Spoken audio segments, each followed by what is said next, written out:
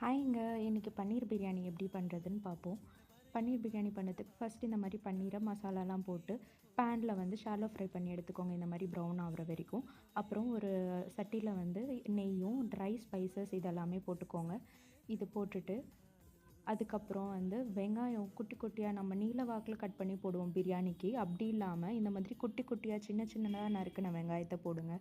இந்த சின்ன சின்னதாக இது வந்து ஏன் பண்ணுறோன்னா, நம்ம வந்து அந்த கிரேவி மாதிரி பண்ணி அந்த மாதிரி பிரியாணி பண்ணுறதுனால இது கொஞ்சம் நல்லாயிருக்கும். நம்ம சின்ன சின்னதாக வெட்டி போட்டால் நல்லாயிருக்கும்.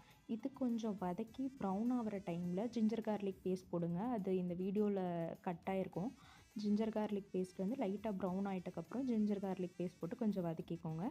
இப்போ இந்த ஸ்க்ரீனில் தெரியும் ஜிஞ்சர் கார்லிக் போட்டு வதக்கினது. அப்புறம் டொமேட்டோ ப்யூரி வந்து ஒரு 2 தக்காளி வந்து ப்யூரி பண்ணி எடுத்து வச்சு அதை போட்டுக்கோங்க. அப்புறம் அதில் வந்து இந்த மசாலாஸ் எல்லாமே சில்லி பவுடர், மல்லித்தூள், சில்லி பவுடர், மசாலாஸ் இது எல்லாமே போட்டுட்டதுக்கப்புறம் இதை வந்து கொஞ்சம் வந்து நல்லா கொத்தமல்லி கட் பண்ணி போட்டு அது கொஞ்சம் வந்து நல்லா இது பண்ணிவிட்டு அதுக்கப்புறம் கொஞ்சம் ஒரு கர்டு, அதுக்கப்புறம் நம்ம ஆல்ரெடி எடுத்து வச்சுருந்த பன்னீரை வந்து இதில் போட்டுருங்க. போட்டுட்டு கொஞ்சம் இது வதங்கிட்டக்கப்புறம் பன்னீரை தனியாக எடுத்து மறுபடியும் ஒரு கப்பில் எடுத்து வச்சுருங்க. அதுக்கப்புறம் கொஞ்சம் தண்ணி எடுத்து ஊற்றிட்டு அப்புறம் நம்ம ஊற வச்சுருந்த அரிசி எடுத்து போட்டுக்கோங்க. நான் வந்து ஒன் கப் அரிசிக்கு வந்து 1 1/2 கப் தண்ணி ஊற்றினேன். அதுக்கப்புறம் மூடி வச்சுருங்க. சாதம் வெந்துட்டக்கப்புறம் நம்ம தனியாக எடுத்து வச்சுருந்த அந்த பன்னீர் எடுத்து இதில் போட்டு கொஞ்சோண்டு கஸ்தூரி மேத்தி மேலே போட்டு விட்டுட்டிங்கன்னா அவ்வளோ